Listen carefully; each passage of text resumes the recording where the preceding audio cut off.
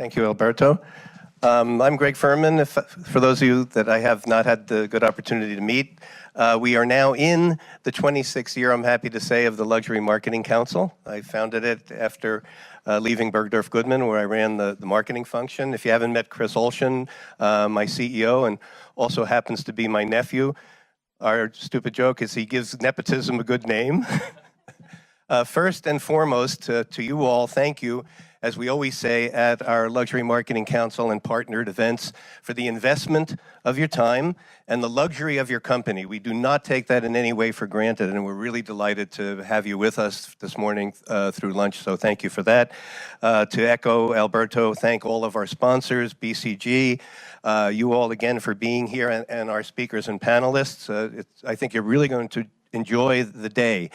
The emphasis, to reiterate a couple of the things that Alberto said, is we're going to be talking about disruption and innovation. The overriding theme, as you know, is leveraging brand heritage in a tech-driven world. We've divided it into two panels, one of which is going to talk a little bit about heritage and the changing nature of brand and heritage and what's involved in creating a brand today as we exit a forest of a very different nature where massive investments in advertising were needed to create a brand. And we now find ourselves in a position where if the quality of the product and the service is right, and there are many examples of this, you can, with very little investment, create a luxury brand that will be credible in the eyes of the most intelligent consumer in ways in which this was never before now possible. And I'm sure all of us know of instances like this, and it's a total disruptor, innovator, and game changer. I have to say, in our 26th year of courting and serving the luxury arena, we have never seen such a window of opportunity for the feistiest, smartest brands to work together. I'm waiting a little bit for Jim, but briefly, the council, the 30-second soundbite, 26 years young. The purpose is to get luxury brands richer by, one, getting greater spend of wallet of their best customers, and more of their best customers like their best customers by collaborating with kindred spirit luxury brands. That is the absolute heart of what we've been doing. 51 events in this year by the end of the year for 26 years. So that's the full purpose. Get smarter together, validate what we already know. It's nice to hear often that other people are following a similar path, and uncover best practices where we don't know or where we are inspired to do things that we find out through our community that other people are doing. So that is the epicenter. The other law, if you will, of luxury is that 60%, all luxury brands share 60% of the same customers. The beauty of it for us in a community that shares and are inspired to collaborate is that it's not the same 60%.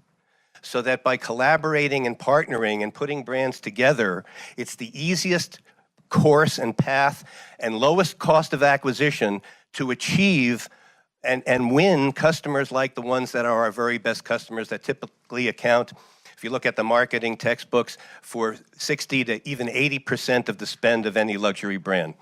The focus for this entire morning and lunch is going to be on best practices, news you can use. So we're going to move into the panel, and the focus with everybody that's going to speak is case history. Tell us what you did, tell us how it worked, tell us what you might have done better. So it's going to be very rich from the standpoint of case histories.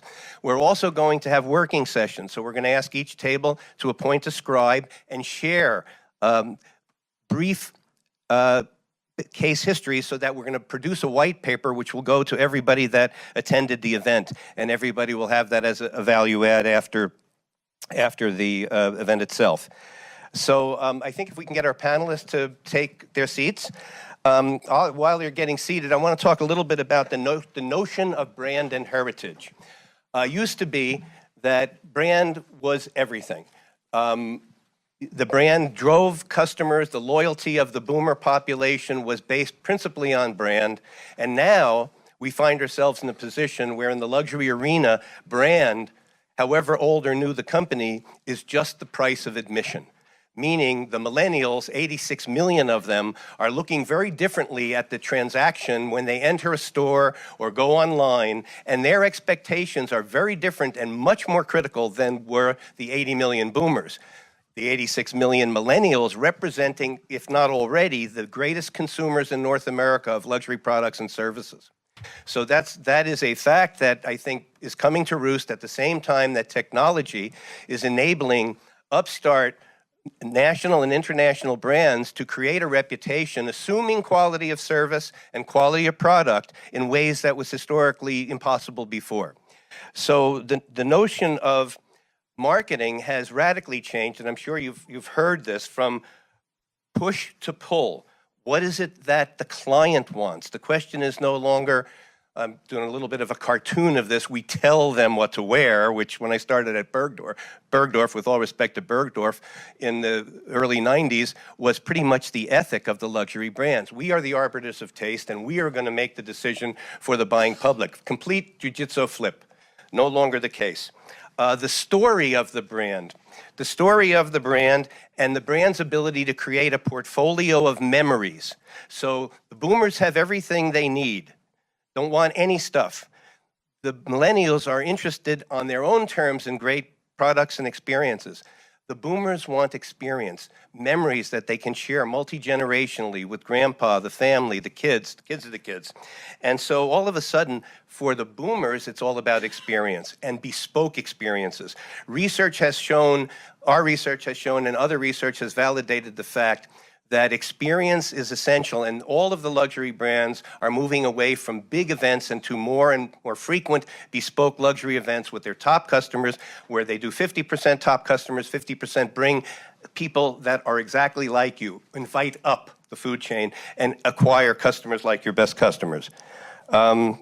Personalization of product and service, and a highly critical eye are all themes that you're going to begin to hear articulated as we work through the day. So that's kind of sets the stage for you. But I want to come to the point of best practices, because we want you to go away from this event with news you can use that will either validate the creative things you're doing or inspire you to think about other things that other people are going to share with you today that might inspire you to do similarly.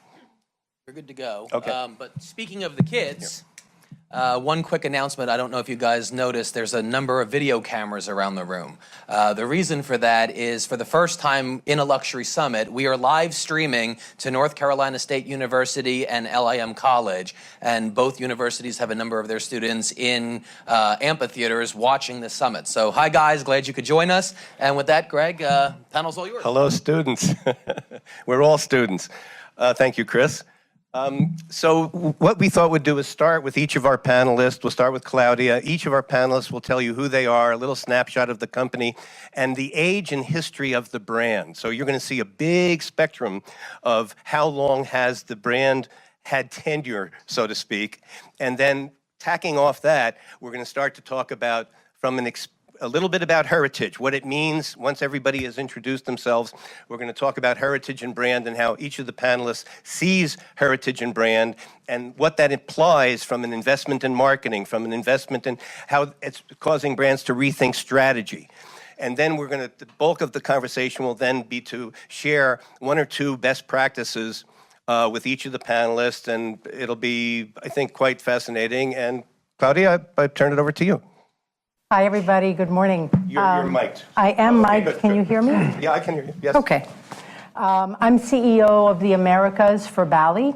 We are a Swiss luxury goods brand founded in 1865. We are the only Swiss soft luxury brand, and we're global with a very large presence in Asia and Europe, in the US and in Japan. And how many years in heritage of Bally, Claudia? Founded in 1865. So we're the second oldest luxury brand after Hermes. So a huge history. So we already have a great spectrum. Thank you, Claudia. Steve? I thought I was around for a long time. That's crazy. I'm Steve DiFilippo. I'm the Davio's owner. We started in 1985 in Boston. I was 24 years old, and here I am 33 years later still doing this. We started with about 15 people in our company, and we've grown over the last 33 years. We have one here in Lexington Ave across from Grand Central, and we have a couple in Pennsylvania. We're in Atlanta. We have 5 in Massachusetts. We're out in California now. So we have 10 restaurants. We also have a manufacturing company because we can talk about this later about branding. It's a great story. Yeah, so we have products in stores all over the country, and that was something that we did to brand our name and also make a lot of money. So it's been a great thing. So we're a Northern Italian Steakhouse. We're open for lunch, dinner. Hopefully we'll see you there soon. Great. Thank you so much, Steve. Annette? Yes, good morning, everybody. I'm a natural-born disruptor, and I've been disrupting the fragrance industry for years, 40 years actually, to be exact.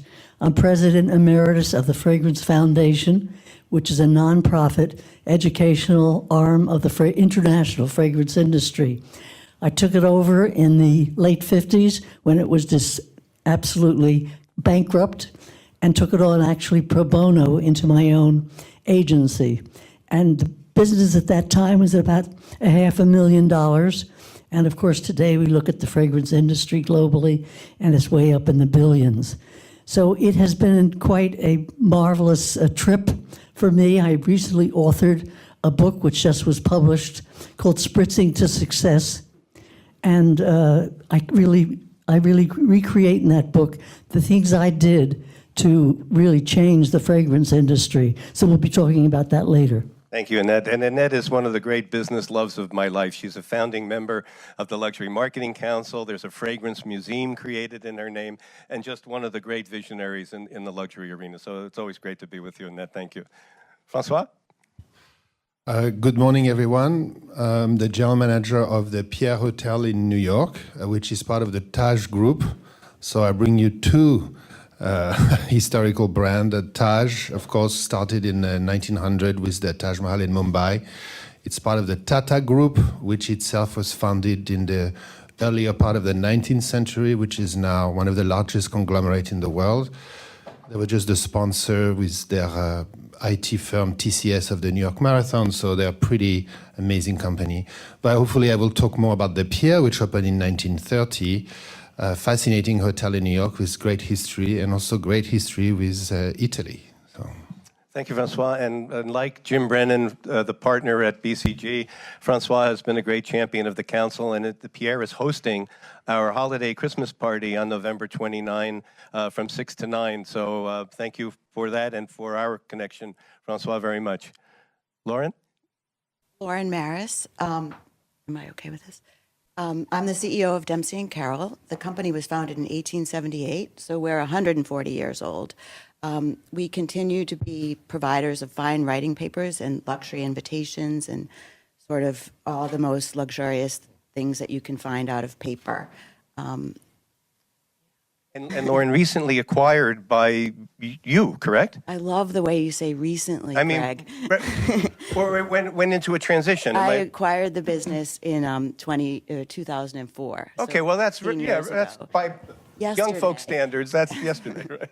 Yeah, thank you. That's an important. I think that's an important factoid. And actually, I think that's probably why we're sort of relevant on this panel. Exactly.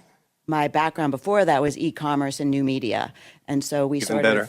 There was actually right after the acquisition, there was a little piece in the New York Times about how do you take paper and put it on the internet, and that's kind of what we've been doing. That was a big issue for Mont Blanc, who were founding members, in terms of what is the notion of a writing instrument in a world that is going somewhat paperless. Right. So we figured out, we're working on how to keep ourselves relevant. Fascinating. Thank you.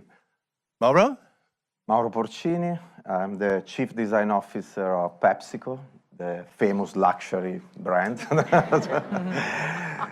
The reason why I'm here, I think, is that I'm a designer. I work on innovation, and what I do is totally brand and product agnostic. In my life, I've been working on innovation companies like 3M and Philips, in music with people like Claudio Cecchetto, and now in food and beverage. I think one common denominator is scale.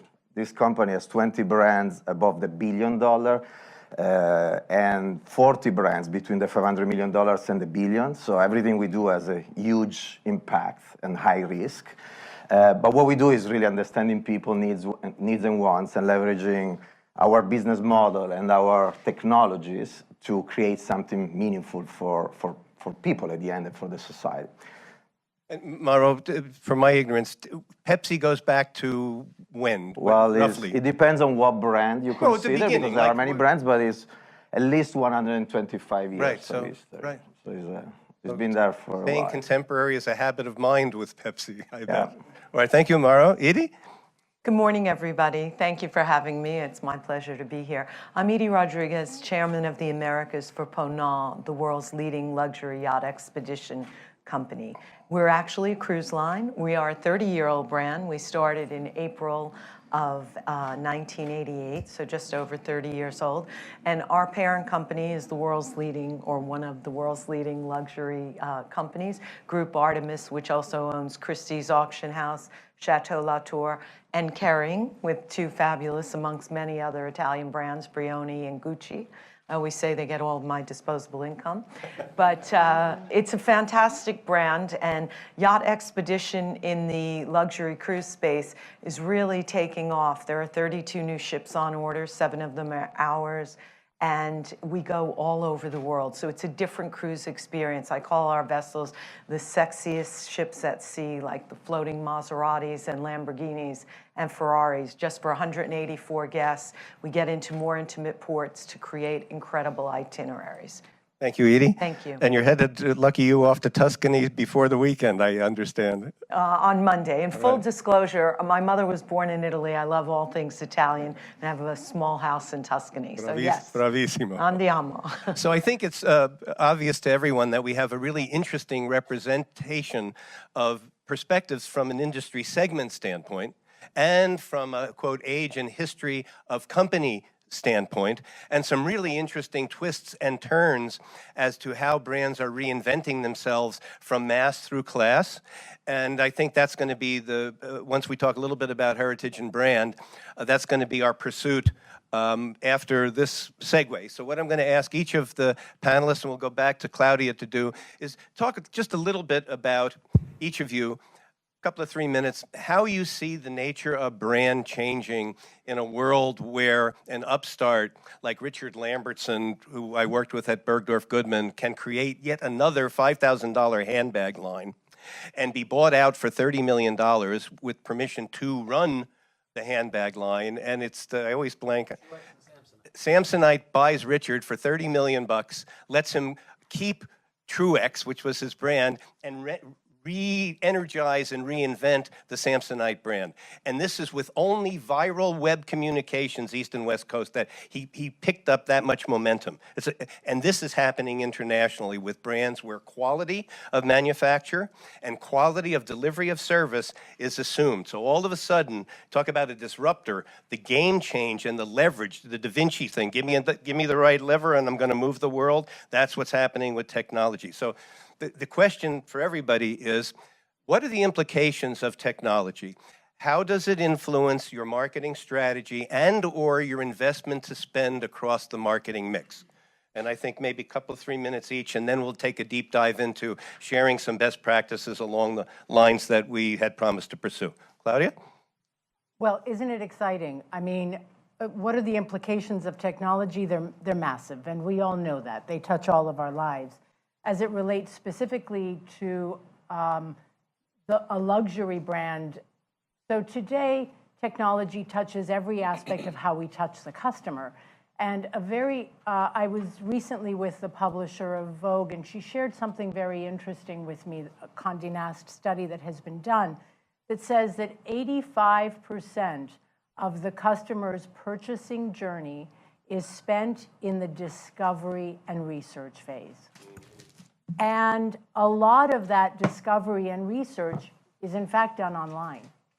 Now, the fact that it's done online was not part of exactly what was transmitted to me, but we know from our own lives that we spend a lot of time online researching that next purchase. And either we make the final purchase online or we make the final purchase in store.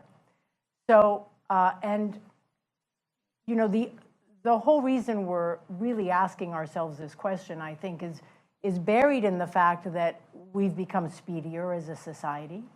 Speed is critically important. And what does that do to me as a consumer? If I'm spending 85% of my journey researching and discovering and figuring out what am I buying, what are my best options, if I make the purchase in a store, which many consumers are still choosing to do, I had better have an excellent experience when I get there, because I've spent so much time thinking about this. And so that puts, I would say, really a lens on how are we executing at retail? How are we executing throughout the purchase journey? But for sure, how are we executing at retail? And what is the narrative we're telling our customers? And how are we helping them to feel like they're part of our story? So That's terrific. And I think we're going to start to see repetition of the themes. To your point about 85% informing purchase, one of the big issues from the retail perspective is that the consumer let's say it's a car, a Mercedes, a Bentley. The consumer comes in having researched all of the competitive cars at that $500,000 class, better informed often than the salesperson on the floor. So how, from an education standpoint, do brands keep their pace when the consumer probably has a better list, deeper research pricing, deeper research benefits of vehicle A, B, C, and D, so huge from an internal education standpoint. And you use the term speed heroes. I love that. Speed heroes. It's going to come up. Thank you. Steve? Well, we do a lot of things to partner with luxury brands, but I just want to, you just kind of made me think of something. Restaurants, obviously we go there to eat, right? Food's important. I'm a chef. I'm a big foodie.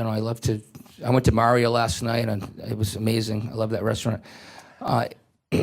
But it's really more than the food today. In my opinion, it's really about hospitality. It's about how you're treated when you go into a restaurant. I mean, I'm sure we've all been to restaurants where you walk in and, the host doesn't even look at you. You're right. You get past the host and you see the bartender trying to pick up the server. So, they don't even care you're there. You see the cook smoking by the dumpster, and you say, who's running this place? There's just no hospitality. The manager never comes by the table. So in our restaurants, we feel that, we keep track of the guests. When Greg comes in, first of all, it's hard not to miss him. He's such a presence. But beside him, we really take care of our people and we keep track of it. I think that's something that we've always done, and I think that's why I'm still here, is that I get the whole hospitality thing.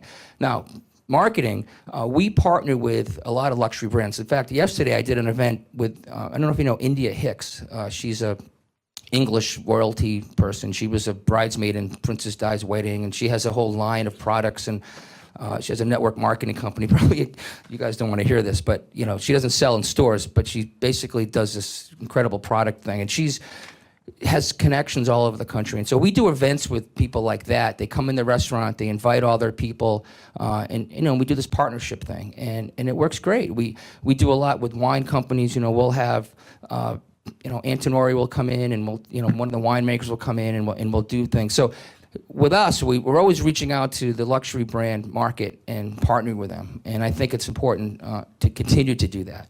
And then also we have a product. I wrote a book. It's called "It's All About the Guest." So I think it's important to just not do the four walls. We actually are out of the restaurant with our book, with our products. Like I said earlier, we're in over 5,000 stores around the country selling our products.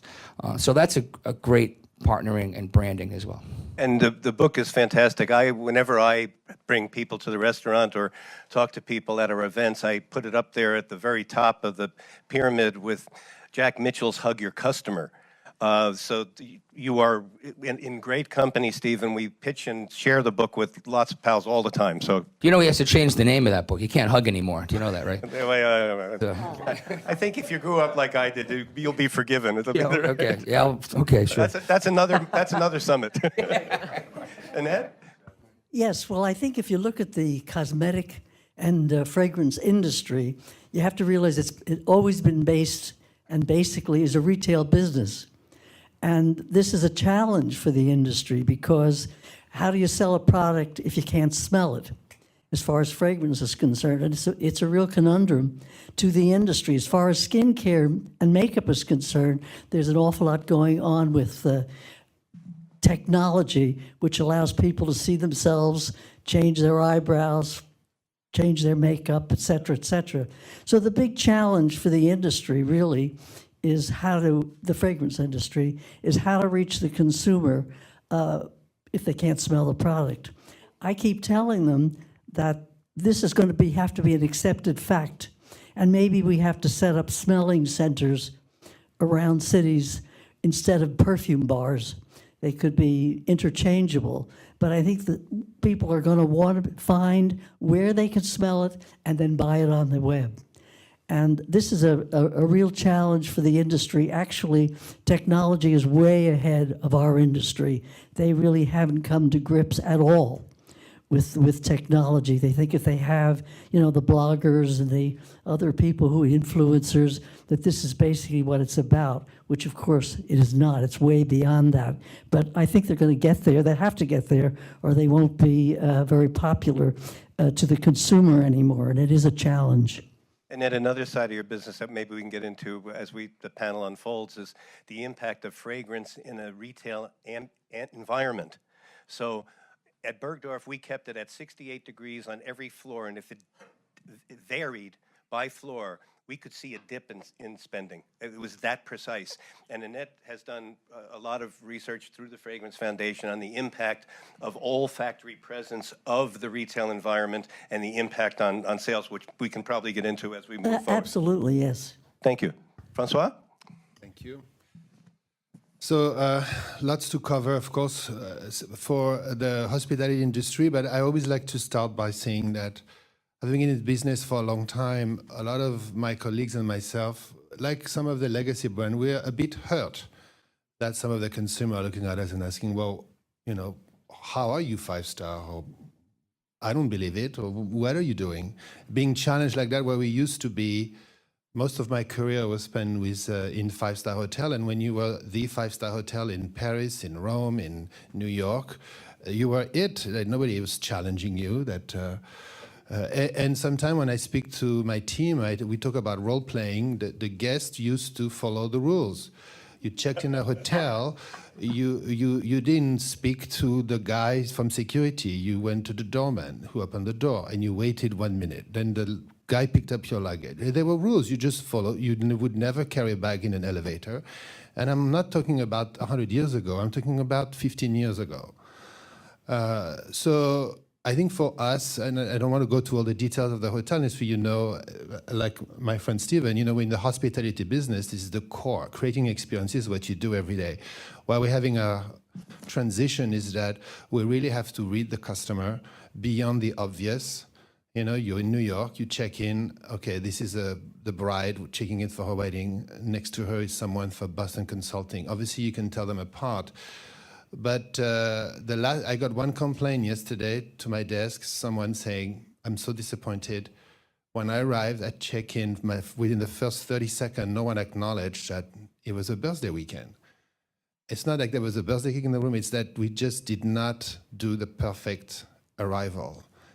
And I looked at him and I said, I'm really sorry because we know everything. Technology is there. We know it's your birthday. We know it's a special occasion. We know what flight you're on. We know everything about you. I can Google you, and with a little bit of luck, there's a LinkedIn profile. I know what's your favorite sports team. I know more than I can handle. And yet, all they wanted is just a simple acknowledgement at the front desk. So we can just, and a lot of us have the same issue in retail, all these things, we just come thinking, you know what, I'm already so good, why are you challenging me with all these things? But then to conclude the point quickly is that in the scale of a big hotel group, my job as a one unit, which is the Pierre, is to produce content. I have to produce experiences, I have to produce social media content, I have to create events constantly so I am visible and I represent the brand, which is Taj, and I make them proud, and people who do 80% of their research online can find us, find things they relate to. And think 5 years ago, if you looked at Pierre online, all you saw is wedding pictures. And I was trying to bid on a sports group for the US Open, and they said, oh, our younger team looked and everybody's wearing a tuxedo, we don't want to go there. And that was a reminder also that the Pierre is more than weddings. So now you look, there's somebody playing tennis and whatnot. But anyway, so I think my conclusion for me is I have to create content for my brand. Well, several powerful points. At Bergdorf, when I started way back when, we used to call the sales associates practice of 3D inventorying and social X-raying. We really tried to abolish that, meaning the minute you walked in the door, they'd check out your net worth by what you were wearing and deign to calibrate their service around that assessment. That ain't happening anymore.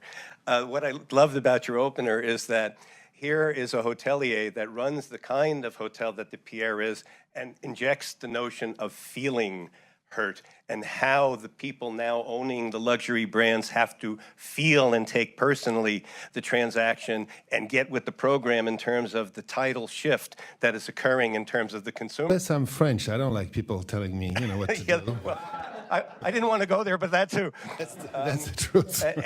And the guest used to follow the rules. The guest doesn't follow the rules anymore. So thank you, Francois. Lauren? I think we have a little bit of the same thing. The clients don't really follow the rules anymore either. But I think for us, technology has been kind of what has helped us save the brand. So I would say that Dempsey & Carroll is alive today and is thriving today because of technology and because of the digital world that we live in. For example, we can use social media, we can use Instagram, we can use viral marketing, flash ups, all sorts of things to reach people that before would have cost us way beyond the budget that we had. So we've been able to reinvent ourselves because of today's environment. So, for example, our tagline before was, or is still, stationary engravers since 1878. But what we say what we use as a hashtag is making traditions modern. So how can you use paper in a way that's for today and for people who are, grew up in a different digital native world, and how to make that work for us and keep the brand relevant. Thank you, Lauren. Mauro?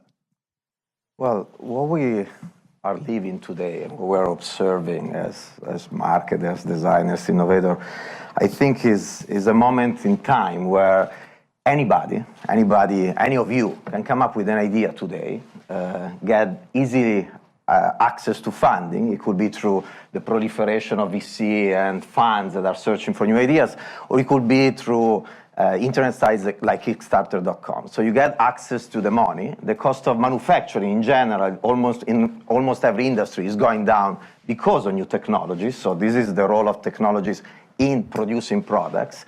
And then you go straight to consumer through e-commerce and you build your ecosystem of communication through social media. All these areas were the areas where the big brands, from luxury to mass market, from food to fashion, were creating barrier to entry. It was impossible to compete with these big brands. So we're living what I like to define as the age of excellence, an age where either you are extraordinary in every touch point of your brand, from product to experience to communication, all the way to the behind the scenes, the logistic, the way you really operate your business. So you need to be extraordinary in multiple pillars, or somebody else will find that only weakness you may have. It could be only one, and enter exactly there and attack you from there, and then eventually in time create a problem for your business. So the first implication of this is that now we need to focus like never before on people, what they want, what they dream, what they aspire to. And this is great, I think, for us as human beings, for the society we live in, because it means that more and more we will receive products, services, solutions, brands that are meaningful to us and they make sense. And that I like to define as sustainable on multiple ways, from an environmental standpoint, from a visual standpoint, so avoiding visual pollution, from a social standpoint, so respectful, from an intellectual standpoint, user-friendly, from an emotional standpoint, engaging, and brands and products that we fall in love with. Now, if we take it one layer down, that means to understand how people interact with these products and brands. And first of all, let's remember that there is the product and there is the brand that tells a story. Then there is the experience that essentially I define as the access to that product or brand. And then there is a story that we tell. That is really what the brand stands for and how we communicate about the brand. The story, more and more, the digital platform is the platform where we tell this story, where there is conversation around this story. So digital is part of the creation of this story. Then there is the experience. And too many times, I think, especially in the marketing community, a community that was used to build brands through television, crafting a message, imposing it top-down to people, to consumers that were passively receiving it. In this community, the idea is, now we are moving to the digital world. And so what are we doing? We take the same content we were building for television or other kind of media, we translate it in digital, different formats, different length, different tonality, but it's still that content. When in reality, communication and experiences in the digital world is what happened mostly offline. So what happened when you arrive to that hotel? What happened when you enter the store? So it's really, really important to understand how to build brands offline to then amplify the stories with the digital communication. Mauro, when I was you bring back an experience at Bergdorf in the early 90s when we were just starting. Most of the luxury brands were very skeptical about the ability to sell online because they were afraid of cannibalization. And you're going to laugh. The idea when we were pitching management at Bergdorf then on changing our approach to the aesthetics of an online catalog and trying to get management to invest was, just take the photos from the catalog and that'll do it. Yeah. To your point. Yeah. Well, this is, for us, is changing many things that we do. For instance, we are the sponsor of the halftime show. It's the Pepsi halftime show, 135 million viewers. And in the past, it was all about that event, eventually the ads that we run during the game. Today, we create an experience days before, actually an experience that starts with the beginning of the NFL season in August. But the days before the game, we have a series of concerts. Just in the interest, hold that one. And examples later. Let's use that one as your first example. And then Edie, and then we're going to come back and go to best practices. Not to be abrupt, but thank you, Mauro. Edie? So the technological aspect, first of all, from a corporate standpoint, whatever you're selling, you have to make sure your house is sort of in order. And that means, first of all, technology changes so rapidly that it's nearly impossible to keep up with it. But you have to have the right foundation, and whether that is blockchain, cryptocurrency, ransomware, et cetera, because you can have a great platform and you can be Amazon and they can hold you hostage on a technological level. So that's one component, and that's really for the corporate infrastructure vis-a-vis technology. But then let's talk about the whole experience. Today, a consumer is so educated and does their research, and I always use myself as an example, and I humbly think I'm more technically savvy than my 28-year-old millennial. So you have to keep current. It's about perpetual evolution and perpetual change. And in any business, first and foremost, it's understanding who is the customer and what is the customer that you want. And back to the rapid change. It used to be, if you're going to show them something online, the message or the video message has to be 2 minutes or less. It's now 6 seconds. You have to convey your message in 6 seconds in a video online format, or you're going to lose them. And companies, to your point of Kickstarter or how they fund, or to your example of Kylie Jenner, the youngest billionaire, she doesn't own anything. It's her marketing savvy. So back to the customer, you want to have it's sort of experiences. I say we as a luxury hospitality brand, we are selling really experiences that create memories of a lifetime. And you have to articulate that from their research point right through to deliverable till after they got home. And there's still nothing wrong with an old-fashioned handwritten note concurrently to the technology of an email or things of that nature. But at the end of the day, I really think it's simple in this context. Be about perpetual evolution. Be willing to constantly change, to understand who it starts with, and the paramount foundation is who is the customer, and then through technology, how are you going to deliver that? And in the online world, creating these experiences, in our world, we found clearly the influencers and the bloggers are a really cost-effective way that you can change out quickly. And it is who is the right blogger. So as an example, for my brand, having a Lele Pons who has millions of Instagram followers, similar to a Kylie Jenner, wouldn't be right for my brand. It might be right for your Pepsi brand. So it's finding then the right influencers to convey your story, to really put those emotions and the creation of the experience they're going to have with your brand, whether it's a paper product, a soft drink, or checking into the Pierre, et cetera. And to Francois' example of that guest was upset you didn't acknowledge the birthday. That was really a nice guest because that was all he was looking for, something simple. They are so demanding in a myriad of ways. And I always say you have one chance to make a great first impression. And these days, that first impression isn't necessarily at the front desk. It's in their research process online and the online experience of your website, of, you know, the many ways to get your product/experience. So if it was a Bally's bag, you might go to the Real, and there's all of these other ways to buy things today. So you really need to understand your brand experience, your competition, and how that consumer is ever evolving in a technological world. And one chance to make a great first impression. That's how you're going to keep them coming back. It's very hard. It's very difficult. And of course, in this political day and age we live in, you have to really be agnostic because and eco-friendly and take into account all of these things from your sourcing on down, because you will find that one client who in a social media world can be your best friend or your worst enemy, and sometimes with different experiences, the same individual concurrently. So you really need to be constant with it because it changes by the minute, by the second, by the day, by the week, and the brands, the choices and the experiences of the client change rapidly as new things come online. Good segue to the nature of experience from a best practices standpoint. But preface to that, one of the things we're seeing increasingly is the marriage of business, academia, culture, and the nonprofits as the stool that now, with corporations that are being driven by the socially conscious millennial community to not just talk the talk, but to walk the walk. So more and more, the partnerships and collaborations that evolve around experience will involve a nonprofit. So we're going to, as we unfold, we're going to see that, I'm sure, as a theme. The notion of influencers, the notion of the right blogger, the right source central that broadcasts virally in ways that was not on the radar.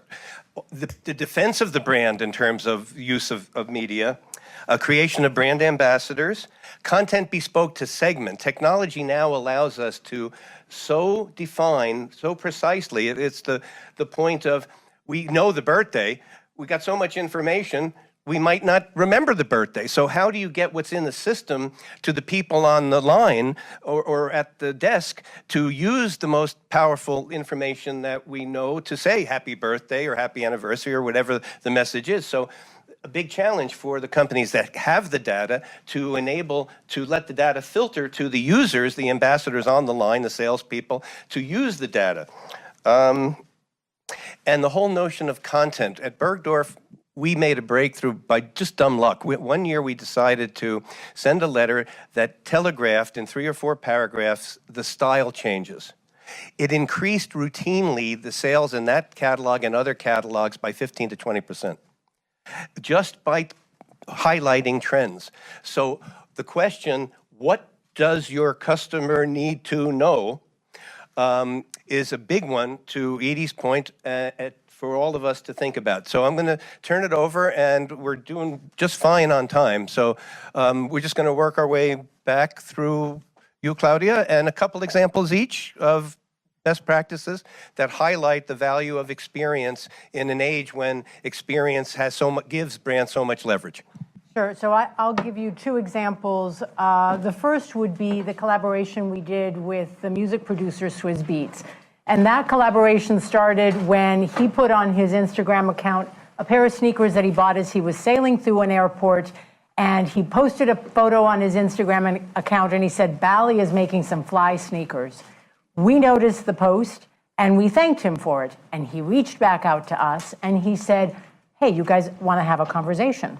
And a conversation ensued. And we realized that we had so much in common with this guy. We actually built a friendship, really it's a friendship, before we built a business relationship of collaborating with him. And I would say we've done now 2 collaborations with Swizz. He's a fantastic partner. But why is the partnership so strong? Because there's a real, authentic link. He gets the fact that actually Bally was the first designer sneaker on the scene. Dougie Fresh wore Bally's on his first hip hop album. And Bally was really the start of the designer sneaker story, and Swizz bought into that. And he's also really connected to every member of the team at this point. So there's a very natural link. I'm going to give you just another example. The partnership we did with Swizz was a global partnership.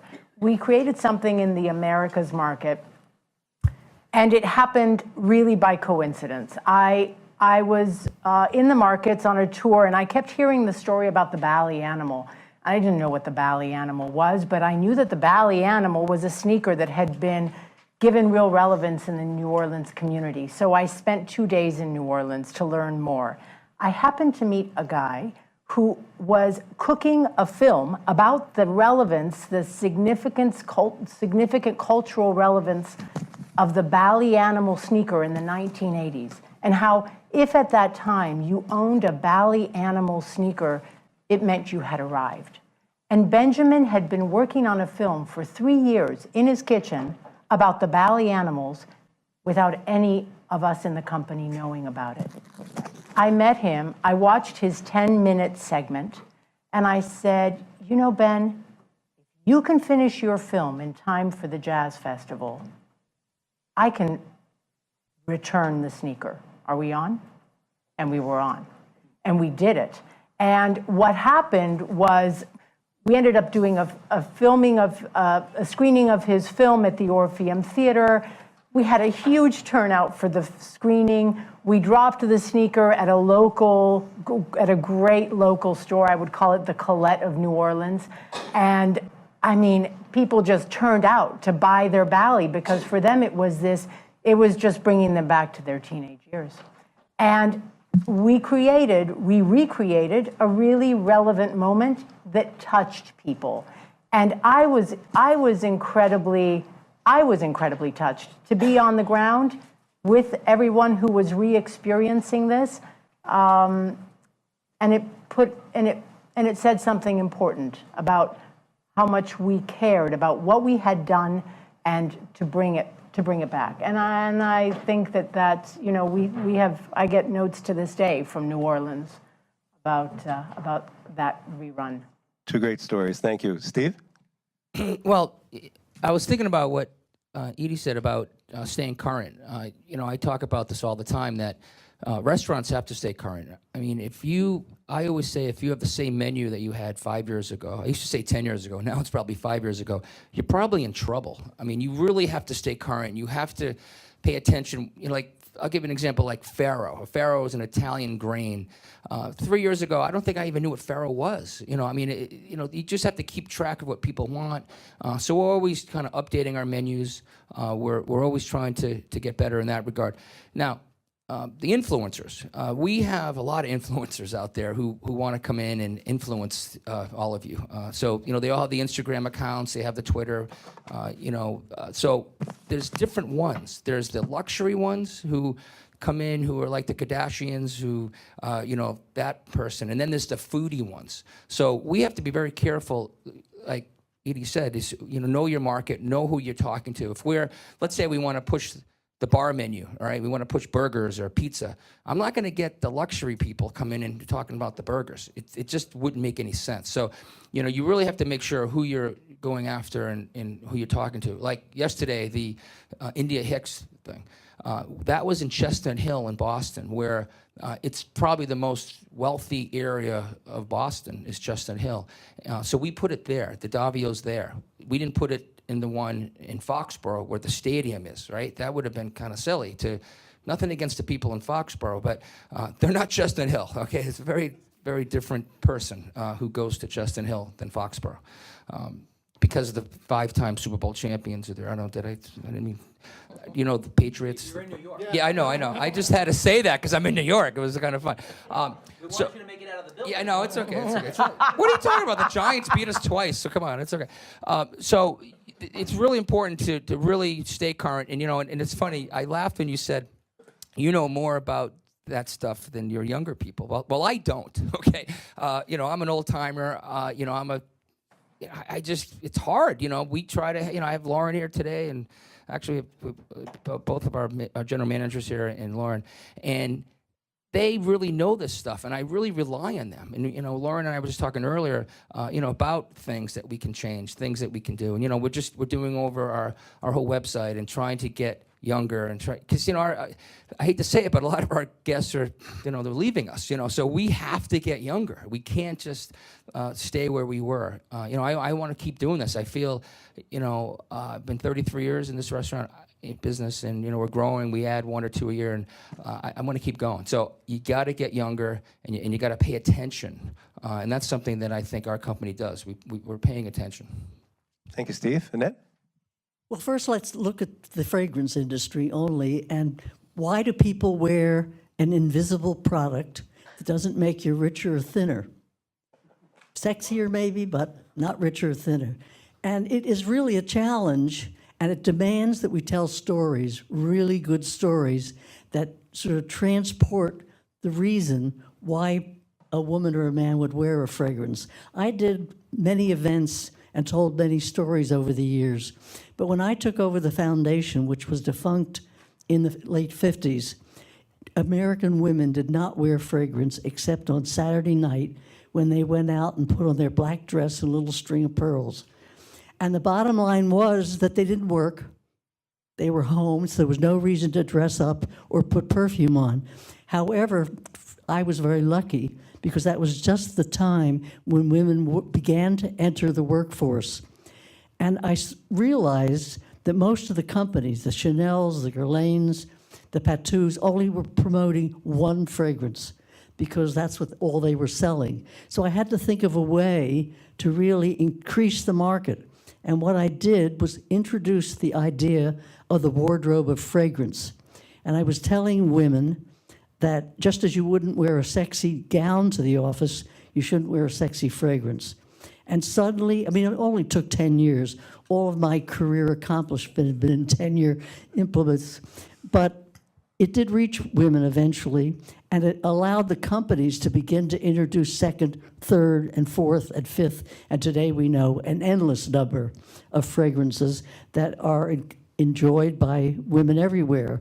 What's happened, however, in the current market is that the consumer, who is so into herself and men too, that hybrid fragrances, which are very, very custom blended kind of fragrances in tiny environments, in boutiques and self-perfumeries, are really leading the marketplace. So that many of the companies like Estee Lauder and L'Oreal, et cetera, are buying these small companies to give another twist to marketing the fragrance. One of the things that I did, which was very successful, which was I called it Fragrance Fun Day. It was a story that I told to the consumer that took place at Lincoln Center under a gigantic tent. And what we did was create boutiques manned by members of the industry that took you from the forest to show you how flowers are gathered, to making your own fragrance, to learning all kinds of things about fragrance. We had things for children. And we rented double-decker buses, which went around town, picked up consumers at the stores. And whenever anybody went to the perfume department of the stores, they got a ticket to the bus. 3,000 people showed up that day at Lincoln Center and never left. I didn't anticipate that. I thought that there would be sort of a changing round of consumers, but they were having such a good time that at the end of the day, we had to beg them to leave. But this is the kind of thing that really makes a difference when you have events and you tell stories that really reach the consumer and involves them, gets them to participate. Because as I said before, you're dealing with an invisible product. But I just want to add one last thing, and that is that I realized that we're an industry that knew nothing about the sense of smell and the importance of odor to behavior. So I began a separate organization called the Sense of Smell Institute, and we funded sensory psychologists at universities and hospitals around the world. And this has really come to fruition now, that people are realizing that fragrance can influence behavior, it can calm you down, it can make you more productive. So it's really the perfect world for technology to grab a hold of. Thank you, Annette. Francois? Thank you. So to piggyback on the perfume, going back to my birthday guest, but you know what? His trip was worth $15,000 for us, for one weekend for two people. So the tiny detail that... 1.5 or 5.0? It could be 5.0, but not that one. That was the 1.5. Okay, yeah, of But course it just could be. one guest, one night, one occasion. That's a good room rate. $1,000. So, but anyway, so for us, I'm sure it's the same thing in retail. A lot of businesses, you have about 2-3 minutes to establish trust. And for us, it's done with the sense of arrival, and it comes with a sense of smell, which is something hotels woke up one day thinking, "Wow, it's really part of the experience." And at the Pierre, we sat with a French perfume artist and an Italian company. We said, "Oh, we can put this, that," and then I said, "But what is it? The hotel should smell. Trust is cleanliness, and so there should be that sense that you arrive somewhere safe and you're going to be comfortable, and all these adjectives have a smell." But that was a wonderful journey, and we discovered so many things that even we don't smell it anymore, because once you like a smell, we are immune to it. We don't realize it anymore. But every new guest, first timer to the Pierre, stops and say, "Wow, what a great hotel." May or may not realize it's the smell. And it has to smell and feel like the space you're in. There's a lot of wood paneling, there's a lot of marble. So that really was part of the campaign we at the hotel we did for sense of arrival. I mean, what old is new again. I mean, this is all we sort of talked about for 2 years. That was one of the key elements. So I have to tell you one funny story, of course, someone has to. Creating experiences, you're in New York market, you're a hotel, there's basically a calendar of event, and one event the Pierre was not part of, which is the Met Gala. You know what that is? It's the biggest event at the Metropolitan Museum with Vogue, Anna Wintour, all the beautiful pictures, the celebrity, and I'm sitting there. I don't have any celebrities. So, but I still got 1 or 2 to stay in the hotel, and in order to convince people that would be a venue, the first thing we had to do is pretend we're a venue, and so we hired our own paparazzi. We hired 10 photographers, put a red carpet, I put employees outside, and for the second year, when I took pictures, my pictures, it looked like this was really happening place, and I started to get a few brands to come and use the Pierre, and we went out on the road, and it was posted on social media. We sell a lot through third parties, travel agencies, and last year we actually had one of the Kardashians staying at the hotel, and Tom Ford, and Tory Burch, and Cartier did all the fitting of the jewelry, and suddenly, but it's a funny story because we were the right place, but people did not know. And how do you tell people you're the right place? Well, obviously the Pierre is historic, has all the beautiful backdrops for all these things, it's the right location, but you have to be a little creative. And it was a good idea because it was not my idea. That's how I know it was good. The sales team put it together, say, we have no pictures, we don't know what to do. So sometimes that's thinking outside the box. If you want to be part of an event and you're not invited, you just have to, crash the party, I guess. But otherwise, so that's the funny story. And that actually now we are the second venue for houses to get fitted at the Pierre. On a more serious note, we are part of an Indian group called Taj. And those of you who've been to India, I don't have to explain to you the sense of hospitality you get in that country. It's a spectacular culture. It's hard to explain. As a traveler, you really feel so special traveling through India. So what does it mean for the Pierre to be part of an Indian company and creating events and experiences that embrace both brands? So we decided to start with, food and holidays. The same way one of our competitors, Peninsula, is famous for celebrating Chinese New Year. We thought we would own Diwali, the Festival of Light, which actually is today, celebrated all over India and the neighboring countries. So we decided to do, 2 years ago, we started celebrating in the 61st Street in front of the hotel, do a street party with a Bollywood DJ. And because we are not a late night neighborhood, we did it at 5 o'clock, 5 to 8. And it's been an unbelievable success. We sold 200 tickets at $100. And it's not the money that matters, it's that people who are not familiar with that festival decided to dress up. All the people in the Upper East Side neighborhood came like it's a Hamptons party after the season. It's been probably one of the most significant marketing initiatives we could have done because the coverage on the right channel by the right people, it's been phenomenal. So we're trying to find things that we can own and are true. And the conclusion is, how do you pick those experiences? They have to fit a few criteria. They have to first feel like they belongs to your culture. Every company has a culture. You cannot fake it. If guest preferences are important, whether you're a restaurant or a cruise ship or hotel or in retail, you have to know the customer. That means it's important. That means you have to have your team talk about it every day. We all have different ways to go over preferences and all that. It has to be a huge deal. It has to be part of your DNA. You cannot wake up one day and say, oh, I'm going to do this event, or let's pay attention to birthdays. That will never happen. You have to celebrate your own employees' birthdays. Everything has to be a big deal. If this is important, you reward people who do a good job at it. You keep track of guest comments and preferences. You encourage feedback, and you create a culture where that's all you talk about all day long, 24 hours a day. There's nothing else that matters. Then you can put on events and things that make sense, and the guests connect with what you're doing because it's real, and they can feel the culture. Okay, one more quick is another thing we want to be part of is we want to attract millennials, I guess, a new customer. So and it's about the Met Gala. So when Ocean 8 came and said they're looking for backdrop for 2 scenes of the hotel, have you seen the movie Ocean 8? That's fabulous. So when they came to the Pierre, I said, we'll do anything you want. And they shot 2 scenes. Anne Hathaway. Yeah, Anne Hathaway is in the rotunda.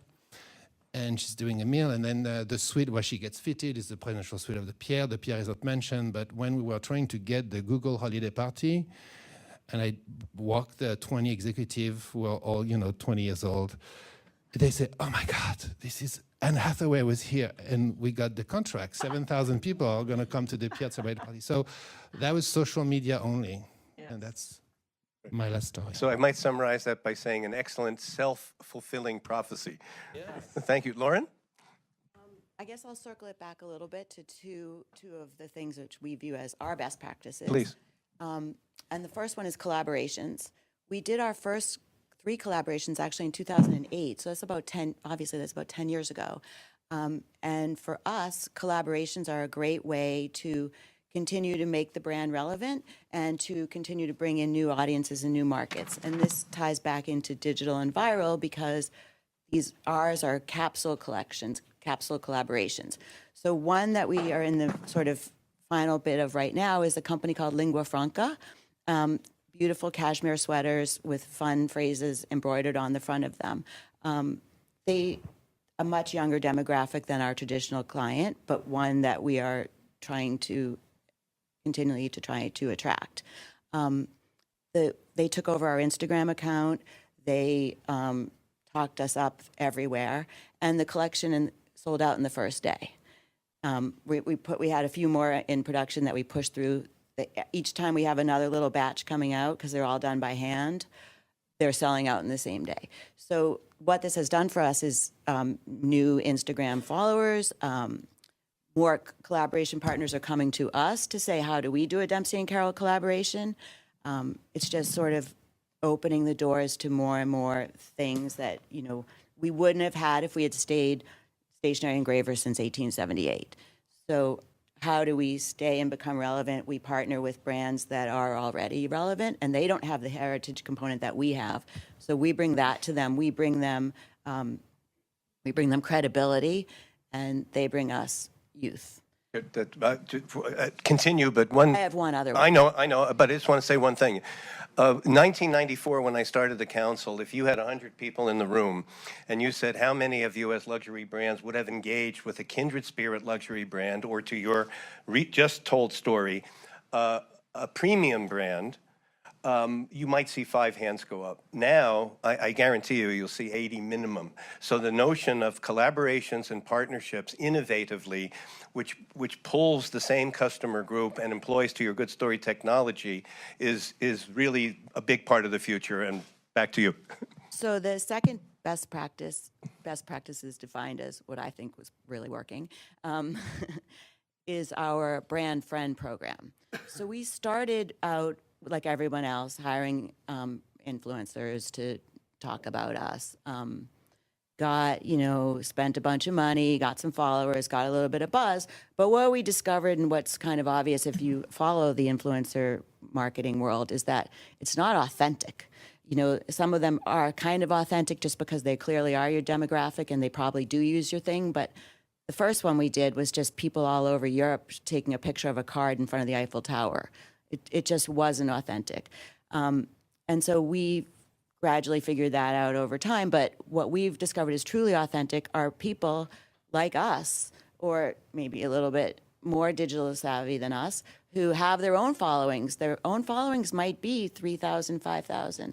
So they sign up to be a brand friend, and we send them samples, goodie bags from time to time.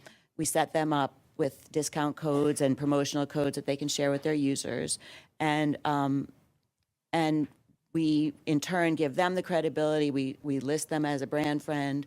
We let them take over our blog. They give a little snippet of their lives. And together, that's building us up sort of a grassroots effort through using social media that would be hard to do without that, and build that up from the ground up. So. Great. Thank you, Lauren. Mauro? I was listening to all the different examples and thinking of many others. And, companies have been building experiences for a long time, not just because we live in the digital world. If you think about hospitality, I think is at the core of hospitality, for instance. But this is true for any industry. The big difference today is the impact of what you do. So the amplification that social media and the digital platforms give you. The second is that it's the frequency and the speed. You need to create many of these experiences because you want to be relevant and you want to be part of the conversation that happens 24/7 every day. Now, there are complexities associated to this. We've been depicting this beautiful picture of if you get it right, if you build that experience, your consumers, people, the society will love you. The reality is that to do that, you need, what is the governance of this?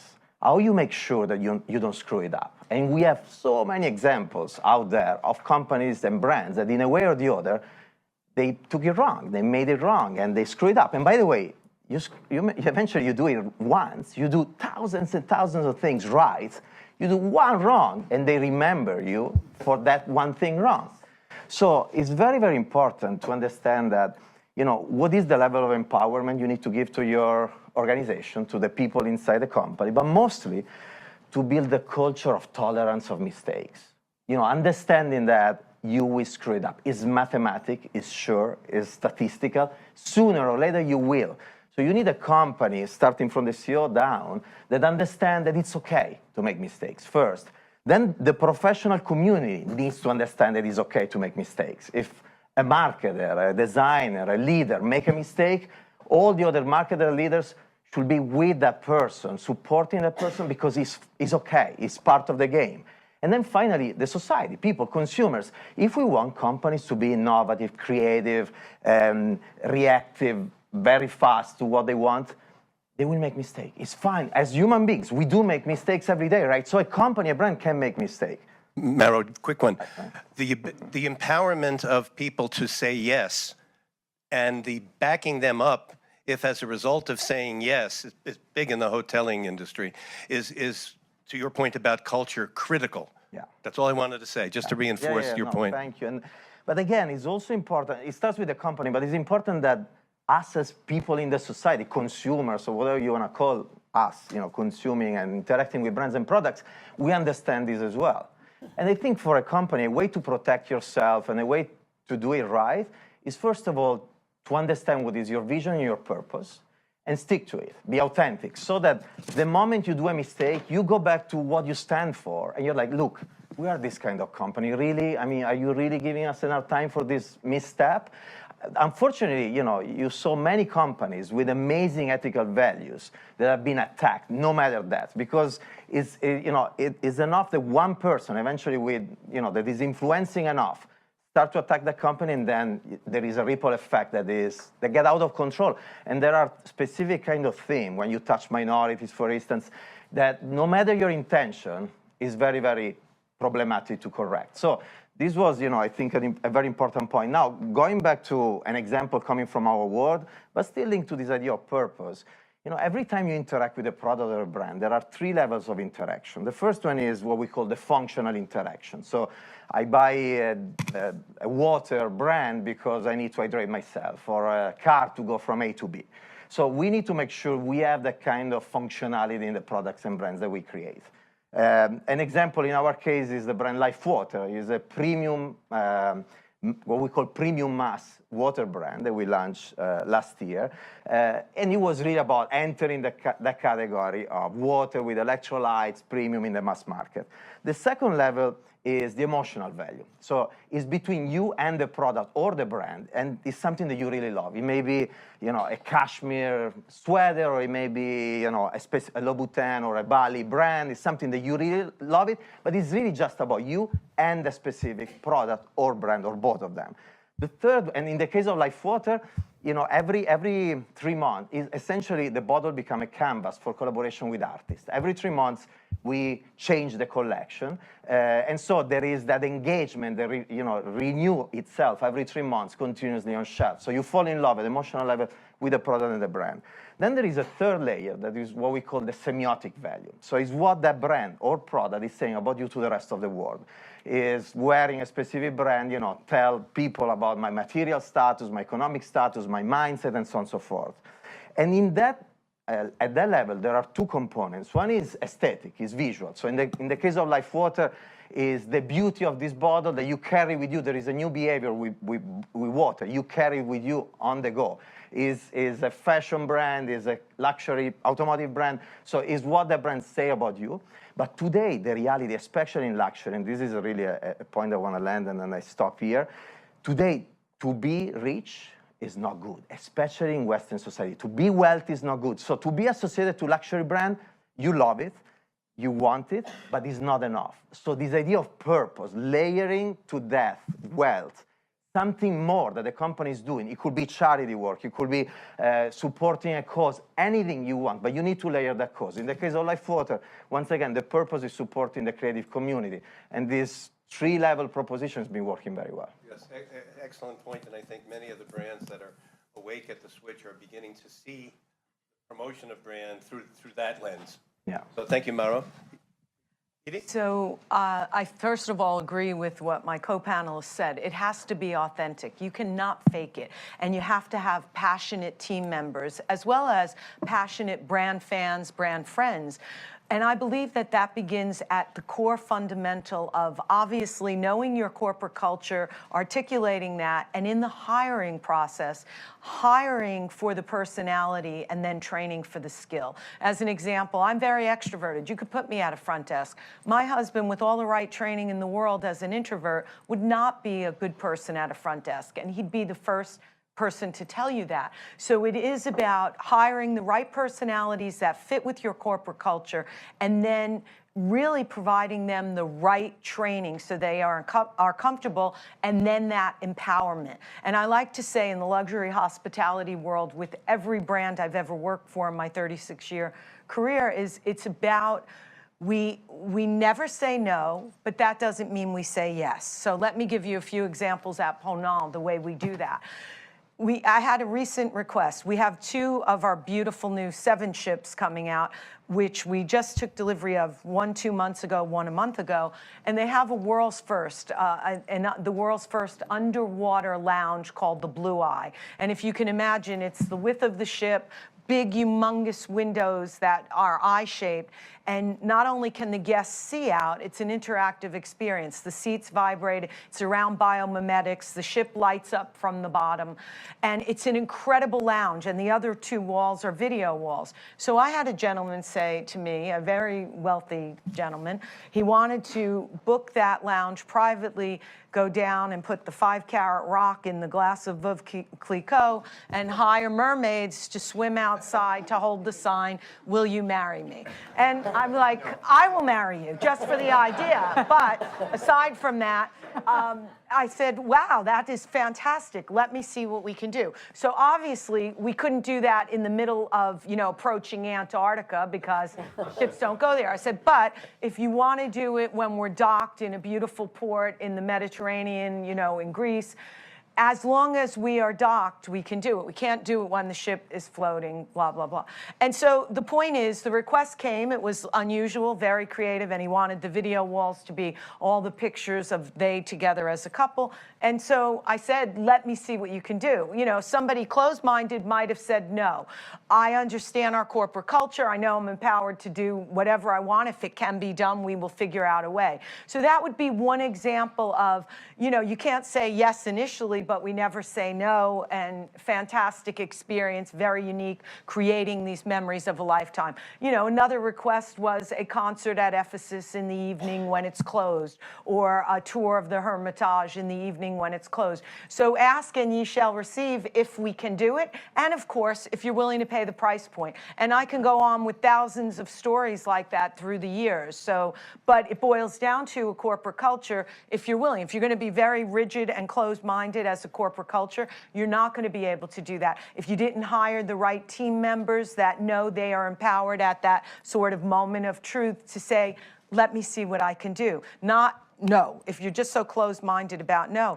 And all of the power of technology gives you all of this information. And again, you hire right, you train right, they can get the data to understand what that guest wants and if that guest wanted it to be a secret. And back to Francois's example about the birthday gentleman. So you might have probably tried to make that up and say, let's put a birthday cake in his suite, but you better know, is he gluten-free? Is he dairy intolerable?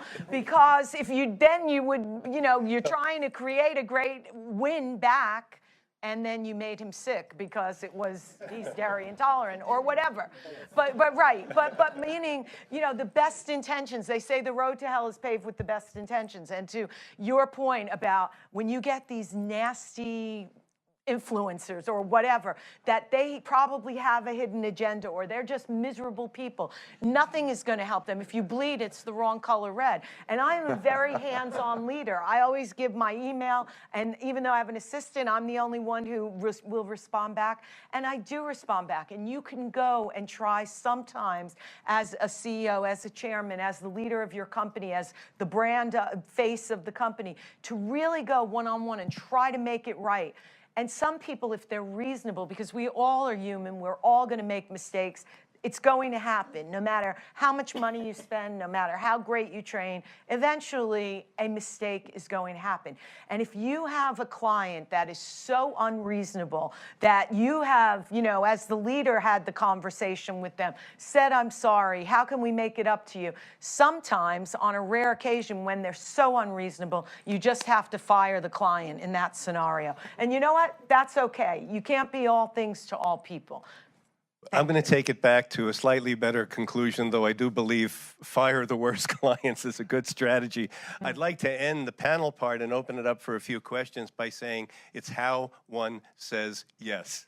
Yes. Perfect And segue. I always say, it's not how many times you fall down, it's how you get up. Because sooner or later, somebody in your organization is going to fall down. I don't care how perfect, how fabulous they are.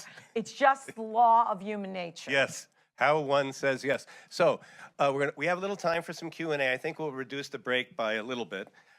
So we're going to pass the mic. If you would please say who you are and what your company is, and if the company is not known, give us a half a sentence on your company, and direct, if you would, please, your question to a single panelist, if you would be kind enough to do that, or if you just have a comment, fair game as well.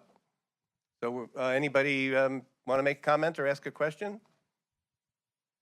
Could go into an easy break, but Once. going twice? Can I make a comment? Absolutely. Yes. When I was a young journalist, I interviewed a child psychologist, and she said to me, the way to really being successful in this world is to hear the grass growing.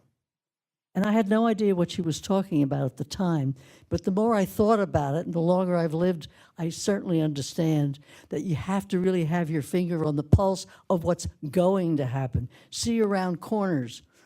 Look at things that are happening that aren't absolutely visible. And the other night I went to the Balanchine 100th anniversary at City Center, and Wendy Whalen, who's a great ballerina, who spoke, and she said something that really touched my heart and should touch yours, and that is, I hope everybody in this audience will see the music and hear the dance. And I think that is the key for all of us, the senses, to use the senses to ultimate use and enjoyment, and as a marketing tool that will really reach consumers, because we are our senses, how we think, feel, touch, hear, etc., and smell, of course. Couldn't ask for a better conclusion. If we'd give our panelists a round of applause and thank you. Bravo, really great.